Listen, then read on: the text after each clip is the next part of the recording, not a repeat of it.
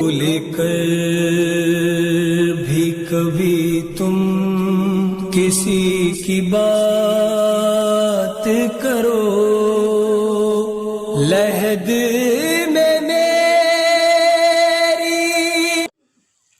اعوذ باللہ من الشیطان الرجیم، بسم اللہ الرحمن الرحیم۔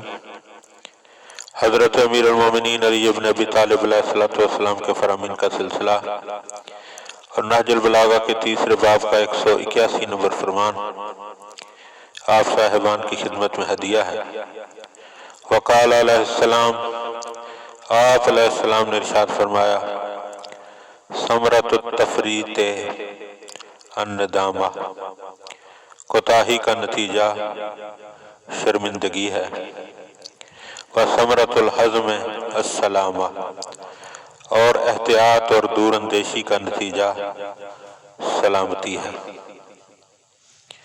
یعنی انسان جب افراط و تفریط کا شکار ہو جاتا ہے تو پھر اسے پریشانی کا اور شرمندگی کا سامنا کرنا پڑتا ہے۔ اس لیے انسان کو چاہیے کہ دور اندیشی اور میانہ روی سے اختیار کرے تاکہ اس کی زندگی بہت سارے مسائل سے محفوظ رہ سکے۔